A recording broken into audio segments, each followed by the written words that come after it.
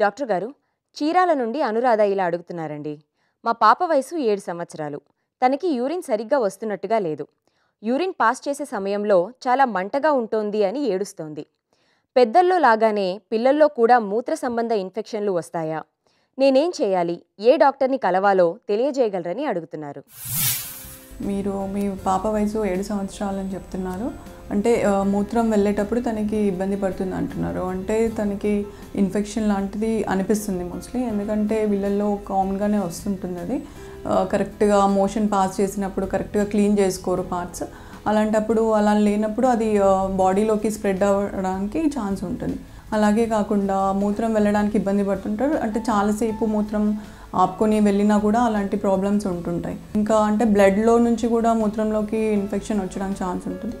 అంటే కిడ్నీ స్ట్రక్చర్లో ఏదైనా డిఫెక్ట్ ఉన్నా, యూరినరీ ట్రాక్ట్ యూరేటర్స్లో డిఫెక్ట్, బ్లాడర్లో ఏదైనా డిఫెక్ట్స్ ఉన్నా కూడా ఇలాంటి ప్రాబ్లమ్స్ రావడానికి ఛాన్స్ ఉంటుంది. సో దీనికోసం మీరు అంటే ఫస్ట్గా చేయాల్సింది ఏంటంటే మూత్రం పరీక్ష చేయించుకోవాలి. మూత్రం అంటే సియుఈ అంటాము, కంప్లీట్ యూరిన్ ఎగ్జామినేషన్. అది దాంట్లో కనుక ఒకవేళ చైల్డ్కి పస్సెల్స్ అని ఉంటాయి. అంటే ఇన్ఫెక్షన్ ఉంది అంటే పస్సెల్స్ అనేటివి యూరిన్లో పెరిగిపోతాయి. సో అది ఉంది అంటే యూరిన్ ట్రాక్ట్ ఇన్ఫెక్షన్ ఉంది అని, దాని తగ్గట్టుగా ఇంకా ఎంత ఇన్ఫెక్షన్ ఉంది అని తెలుసుకోవచ్చు. దాని తగ్గట్టుగా యూరిన్ కల్చర్ కూడా ఇవ్వాల్సి వస్తుంది.